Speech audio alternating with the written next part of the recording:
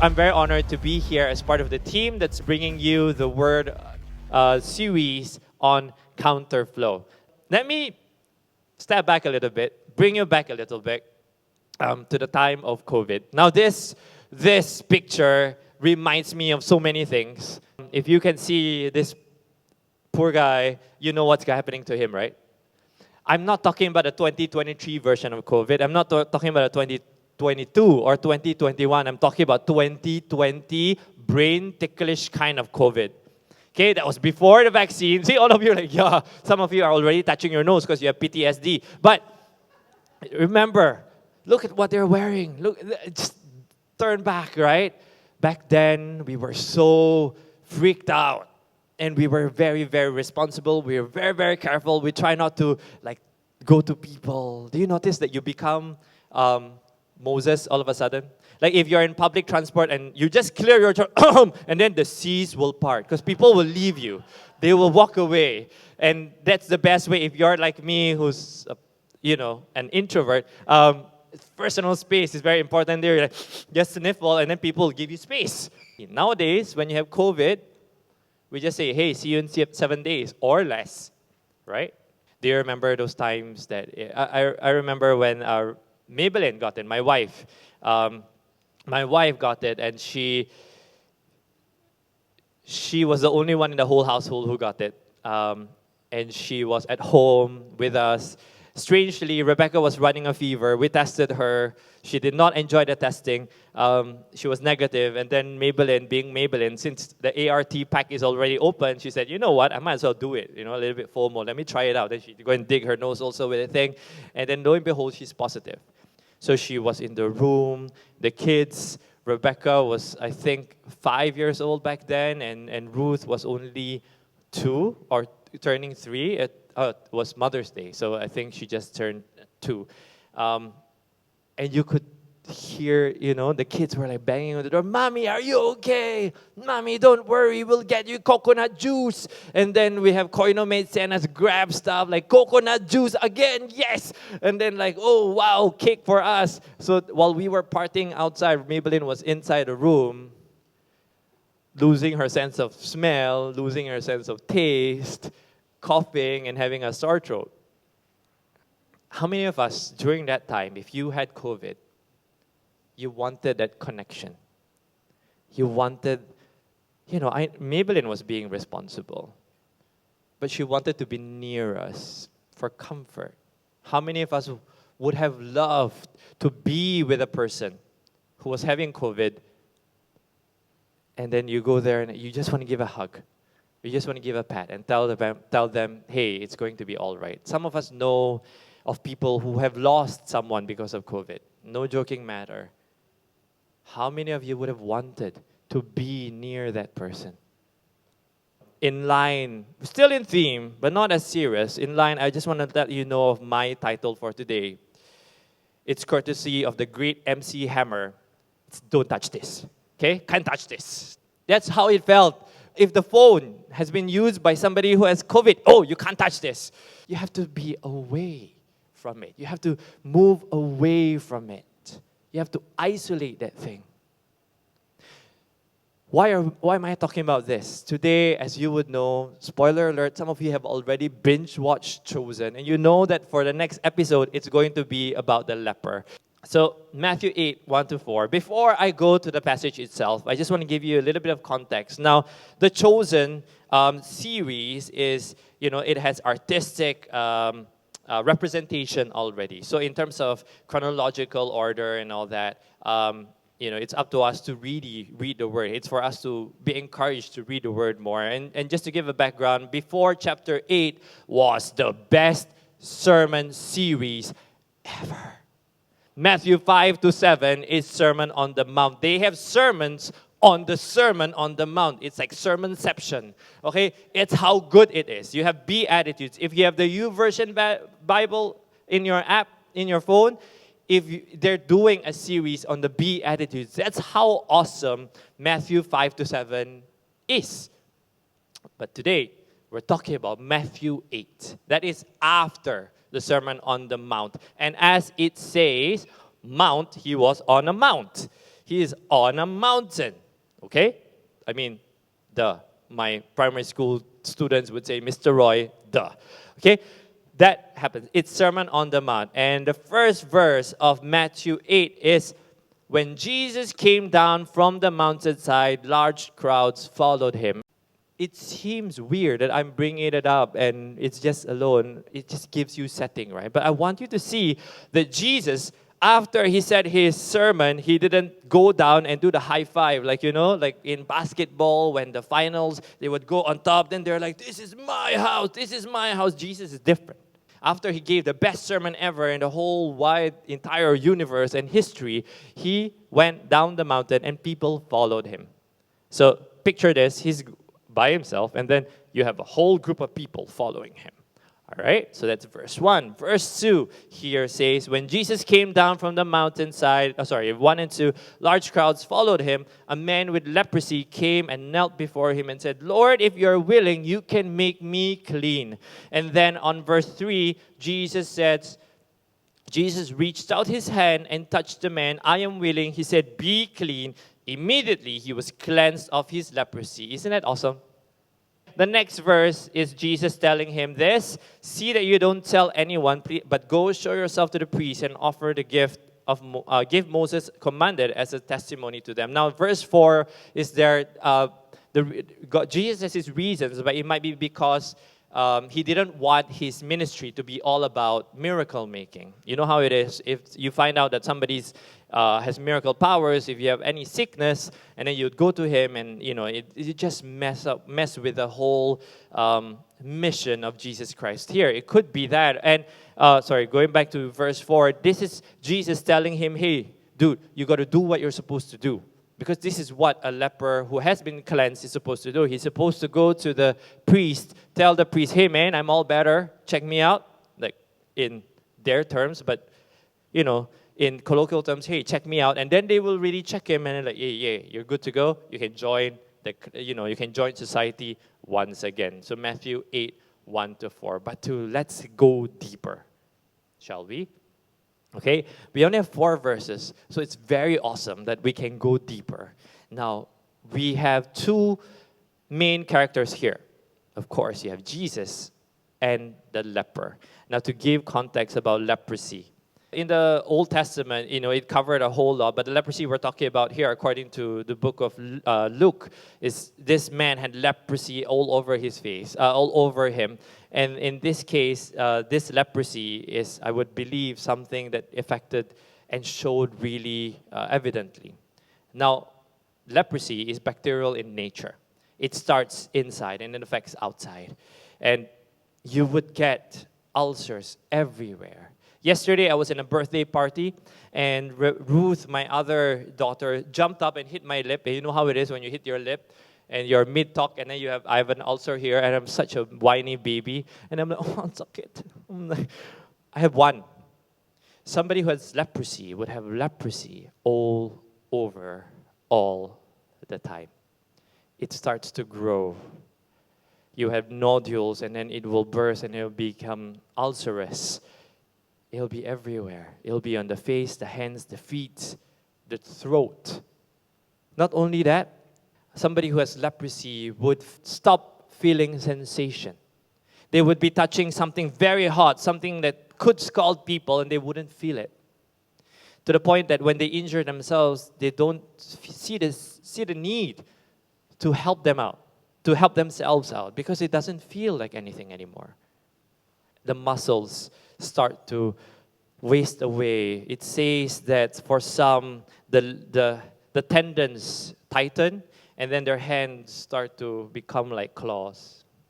And the nose will fall away, the fingers would fall away, whole hands would fall away, the feet would fall away. And one of the worst physical realities of someone having this kind of leprosy is that it can reach up to 30 years. That it is death, somebody wrote, it's death by inches. It's not a quick death. It's slowly. And it's very evident. It's not one of those that is just inside and it doesn't show. Obviously, when you walk around without a nose, people notice. When you have ulcers all over your face, people notice. Josephus, one of the Jewish historians, wrote, they were treated as if they were in effect dead men. They were going to die. Confirm. Guarantee plus chop. Dead. They're walking dead. But what's worse for this walking dead men and women was the isolation. Can't touch this. In Leviticus, this was given to the Israelites back then, and the he here is the one who has leprosy. He shall remain unclean as long as he has the disease. He is unclean. He shall live alone. His dwelling shall be outside the camp. Lepers had to go around with torn clothes, disheveled hair, with a covering with an upper lip, like a mask, like covering your lip. And they were to proclaim as they were walking, unclean, unclean. It's to warn everybody. It's not even cough. He's not saying, excuse me. He's saying unclean, unclean. Back then, their historians were writing that there were rules and it's common thing that even if the person with leprosy was walking far, was very far away, if the wind was blowing a certain direction, you would be unclean. If they were entering your house would be unclean. If anybody touches a person with leprosy, they would be unclean. So somebody with leprosy was really isolated, was really by themselves. And just to summarize, it starts from the inside. It's bacterial in nature, it starts attacking, and it shows on the outside. Like I said, what the worst thing, aside from being sick, suffering physically, things falling off of you, digits, hands, feet, your face, you're no longer recognizable. It isolates. You're no longer Daddy. You're no longer Mr. Roy. You're no longer so-and-so. You are now a leper. And lepers are to be separated, to be isolated. Can't touch this.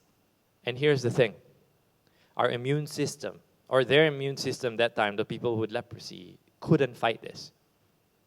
There was nothing that they could do to self-cleanse. So 3 things. Starts from the inside. They're severely isolated and they can't be self-cleansed. Now the leper that we're talking about is here. Oh, it's a bit dark. But the leper was described as somebody who had full of leprosy. Luke was another gospel writer, and he is known to be a physician. So a doctor has to be a little bit more accurate than, he has leprosy. Luke described this man as full of leprosy, which makes you think, if this man is full of leprosy, this man has been suffering from leprosy for years. Years. Alone. Suffering alone for years. With everything that he's going through, losing sensation, losing identity. Some of the people who has leprosy, they lose their minds after a while. Mental decay. There's a reason why in prison, isolation room or being in a one-person cell is a punishment. It does something to you. It messes with you. Imagine you've been suffering and you're all alone and you're full of leprosy. How would you feel?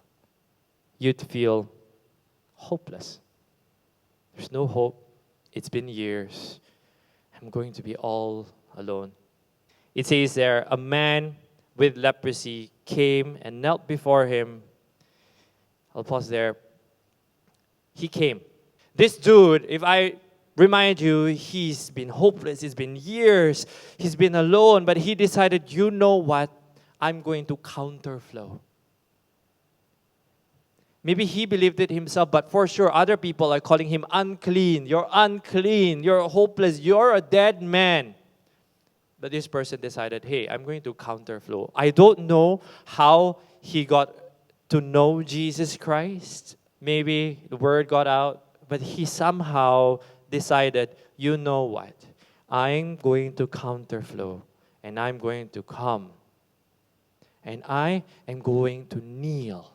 I'm going to kneel at Jesus. Now, the word here, the Greek word that's used here, is usually used for worship. When he kneels, it's a sign of worship. It's a sign of worship. He came, he knelt, and he said this. He said, Lord, if you are willing, you can make me clean. Look at what what his sickness has done to him. He does not doubt Jesus' ability. He said, I know you can. I know you can. But I don't know whether you will. I was thinking about it. What would make someone say this? It could be humility. He don't want to demand anything from anyone. Or it could be he views himself a certain way of someone who's undeserving of healing. But what did Jesus do? He reached out his hand. When the leper came over, he stopped short of touching Jesus. He still had decorum. He still had manners. He still cared about Jesus. I'm not going to touch you. I'm not going to beg you. I'm going to be here. You know what Jesus did? He closed the gap. If the leper was here, Jesus reached out his hand to close that gap. And I am going to touch this man. And that's what Jesus did. Jesus reached over and touched the man. Right now, I just want to pause. It's crazy that Jesus touched the man. Everyone, grandfather, grandmother, everybody, society is telling him, don't even go near. Don't even blow the fan. You don't even breathe the same air as this dude. What did Jesus do? He came, he reached out his hand, not his cloth. Naman, Jesus can heal people with, some of you know, with his cloth. Here, man, touch my cloth. He did not. He reached over, touched the man. And back then, if you want to say, if you really want to be in trouble, you go and touch a leper. Hang out with a leper. Jesus don't care about all that. He counterflowed. Why? Don't have to answer. Just think. Because Jesus could have done such things. He could have just given instructions to this guy. All right, I'll heal you. All you got to do is roll over 9 times, do backflips 3 times, and you're healed. I don't know. Maybe the instructions are different, but he could have given instructions because that's what he did with the water into wine. He didn't go dip his hand and then swirl it. Whoop, it's wine, bro. No. He said, just put water into the vats. And he prayed, then became wine. And then feeding of 5,000, yes, he broke the bread. And then he gave instructions, all right, give it out, man. You'll be good. He didn't break it and then touch every bread, touch every fish, and then give it out. He could have just told the man, hey, leper, go and do this and you'll be fine. What did he do? He reached out and touched the man. He could have just asked him, like I said, hey, here you go, touch the end of my clothes, my shirt. I have enough power to heal you. Because that's what I do. No, that's not what Jesus does. He could have done that. But what did he do? He reached out and touched him. He could have just spoken. He was able to calm terrible storms so big, fishermen who fished for a living are fine, are frightened. And he just went up and ano ba? Please, calm down. Then it calms down. He could have just said it. Leper comes in. Imagine it in your head. Leper comes in. If you are willing, you can heal me. And then Jesus says, all right, keep your distance. You're healed. It could have happened. It happened to the paralytic, right? A few episodes ago, this dude came down from the thing, from the roof. They broke down the roof. He came down from the roof. Then he said, your sins are forgiven. Which one's harder, saying sins are forgiven or rise up? And he said, okay, dude, rise up. And then he rose up. Right? He could have done that. But what did Jesus do? Jesus touched the leper. My message this morning is different. This is what, if anything else, I want you to remember that Jesus touched the leper. He didn't need to. He didn't need to. He's so powerful that he doesn't need to touch the leper. But what did he do? Reached out and touched the leper. Shows you how much he thought of the leper. We could have just ended there. And I think the leper, if I was the leper, I'd be happy. It has been many, many, many years since I've had anyone show this kind of care, physical touch towards me. Many, many years. And this Jesus, who I exalted as somebody who has divine power, choose to touch me, man, that would have been enough. But Jesus is different. He says, I am willing. Be clean. And immediately he was cleansed of his leprosy. In one verse or two verses, if you include the leper, you can see the parallel, the juxtaposition. He came and Jesus reached out. He knelt and worshiped and Jesus touched the man. He came and stated this, Lord, if you can make me, if you will, you can make me clean. And Jesus says, I am willing. But lost in all this could have happened, but Jesus chose to touch the leper. He chose to touch the leper. And I believe He can do the same for us. Because God's compassion surpasses our transgression. We don't have leprosy. Yes, I have imperfect skin. Neither, look around, I don't think you guys have leprosy either. Or we had. Because sin is like leprosy. Why do I say that? It starts from the inside. In Psalms 51, David says, I was sinful when I was conceived in my mother's stomach. In Jeremiah, he mentioned about us being sinful. And I think it's true.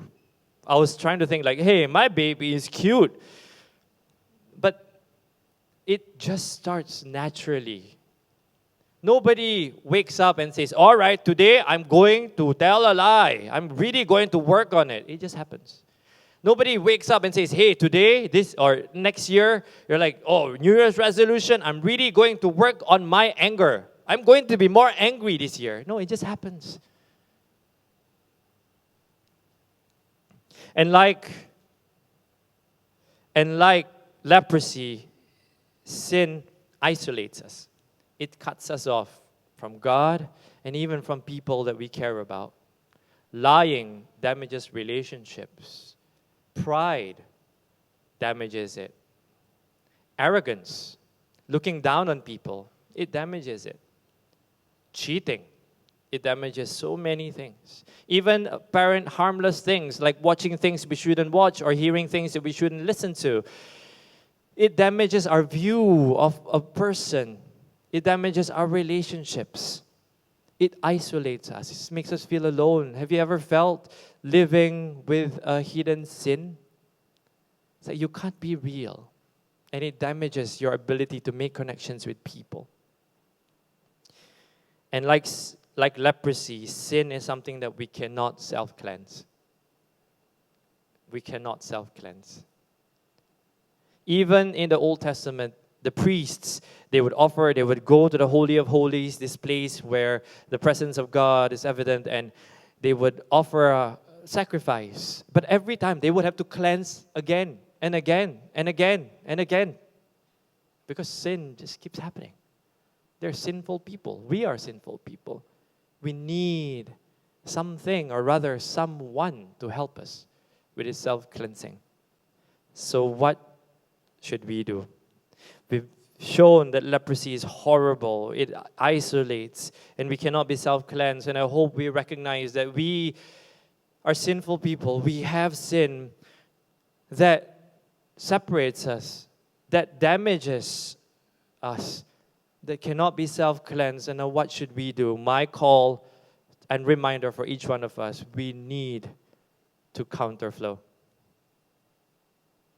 We need to counterflow.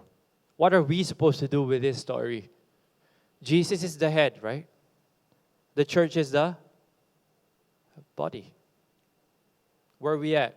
We're on earth. My 7-year-old Rebecca is going through a lot of questions, and he said, Daddy, Dada, goes speak Dada, Dada, I don't know whether I believe in Jesus Christ. What? Yeah, because I don't hear him. I don't see him. I'm like, oh no, I need to do some self-reflection. He said, I see you, Dada. I see you. I see Mama.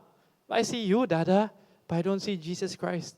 And I told her, we're Christians. We're supposed to model Christ for other people. I hope by observing Dada, by observing Mama, observing other people who profess to be Christ followers, that you can see Jesus Christ amongst other things. I reminded her, of course, we have our morning drives. We were driving when she was said that. Can you imagine? And driving in the morning, half awake, and then she suddenly says that. I said, remember when you were saying, wow, thank God for the skies. It points to a creator. Okay, so anyway, my point is, Christians, we are supposed to be the body. We're supposed to be following Jesus Christ. We are supposed to be the ones reaching out our hand. And as I was studying this, as I was meditating on this, I reflected on the things that I have done before. And I tell you, I've treated some people like lepers.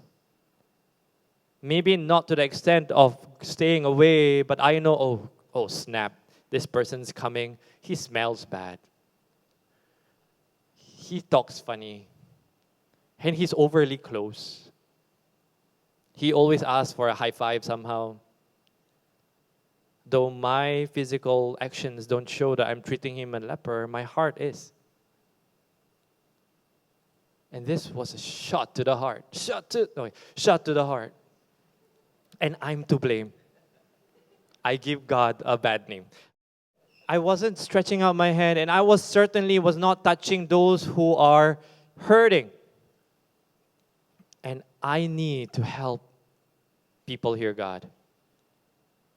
I think I need to do that. As somebody who has been healed, who has been touched, who has been saved by Jesus Christ, I need to. I beseech, I ask you to please counterflow. People will say, hey, you're not clean enough. Ano ka, hilo?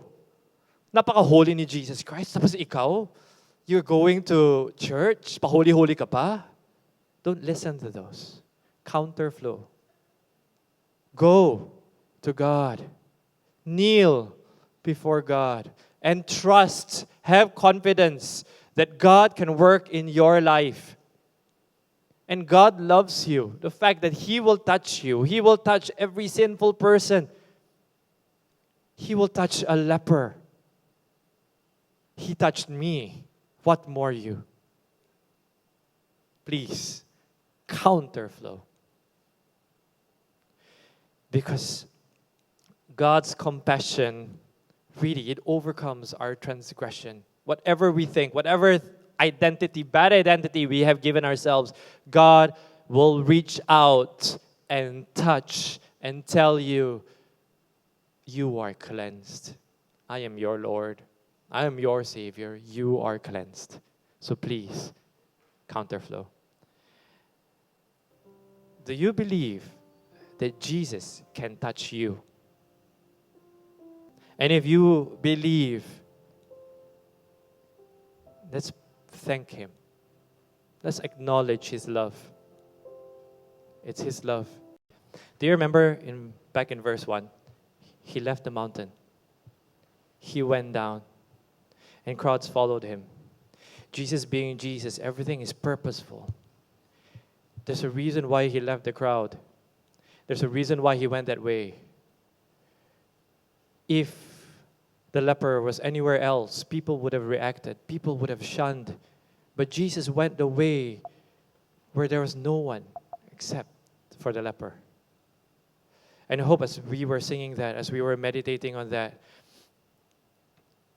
I hope you feel the same way that the leper felt, that Jesus is coming. Jesus is coming for me. And as we were singing, as we were meditating, I hope all of us have come to the altar.